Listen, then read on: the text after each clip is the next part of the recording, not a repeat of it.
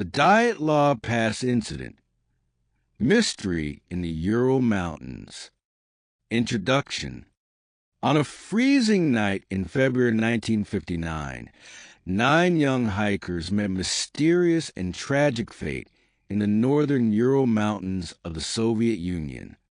Known today as the Dyatlov Pass Incident, the case has baffled historians, scientists, and conspiracy theorists for over 6 decades. Named after the expedition's leader, Igor Dyatlov, the incident continues to spark debates about what could have driven an experienced group of adventurers into such chaos and led to their deaths under strange and unsettling circumstances. The expedition. The group consisted of 10 students and graduates from the Ural Polytechnic Institute in Sverdlovsk.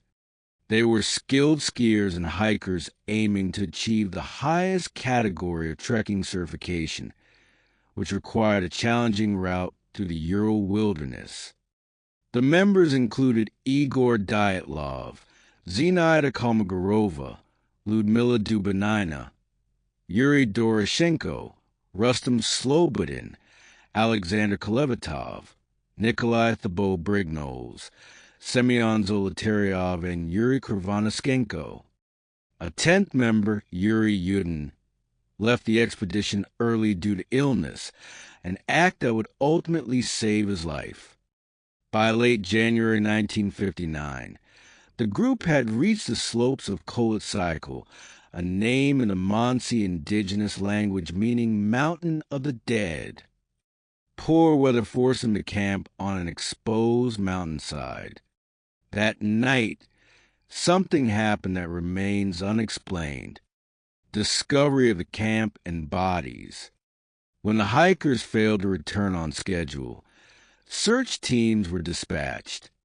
What they found shocked investigators. The group's tent was discovered on February 26, partially buried in snow. Oddly, it had been cut open from the inside, as though the occupants had fled in panic. Their belongings, including shoes, coats, and food, remained neatly arranged inside. Footprints in the snow led downhill to a forested area nearly a kilometer away. There, the bodies of Doroshenko and Krivonischenko were found beneath a cedar tree, dressed only in underwear, with evidence of having tried to climb the tree.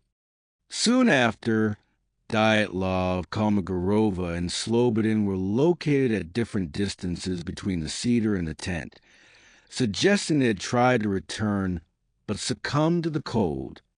2 months later, the remaining 4 bodies were discovered in a ravine under 4 meters of snow. These hikers, Dubinina, Zolotaryov, Thibault-Brignoles, and Kolevatov, showed severe injuries, fractured skulls, broken ribs, and internal trauma comparable to a car crash. Strangely, some of their clothing carried traces of radiation. Theories and explanations.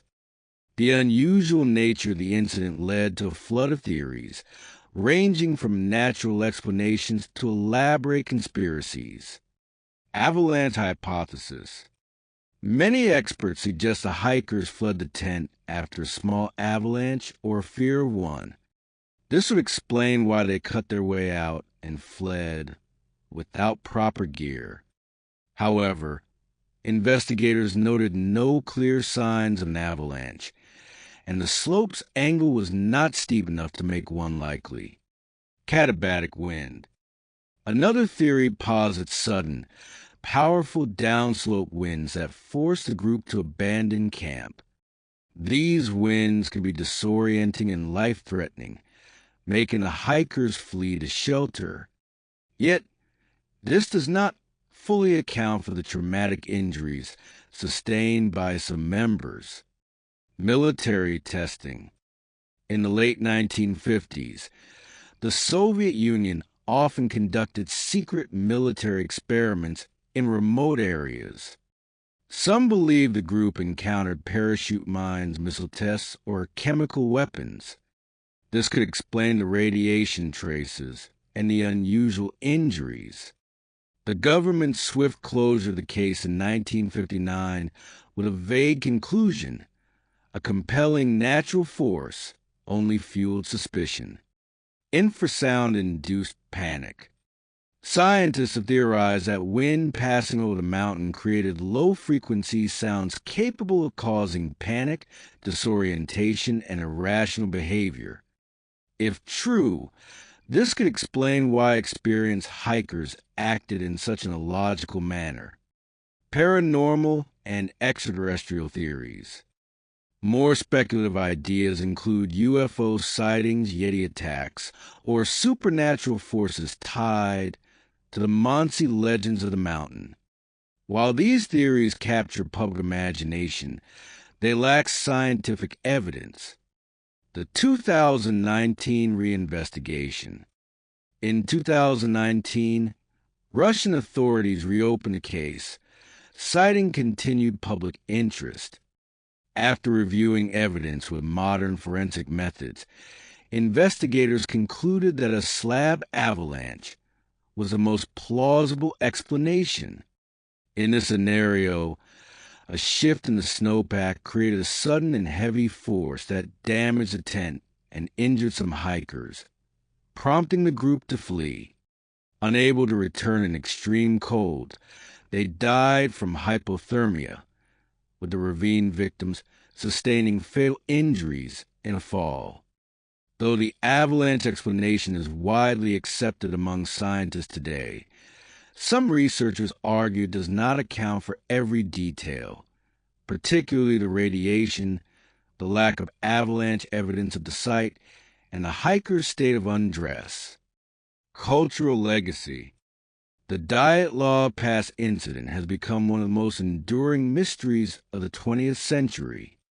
It has inspired books, documentaries, films, and countless online discussions. The case embodies a human fascination with the unknown and the unsettling possibility that some tragedies may never be fully explained. For the families of the victims, however, the story remains one profound loss. Conclusion.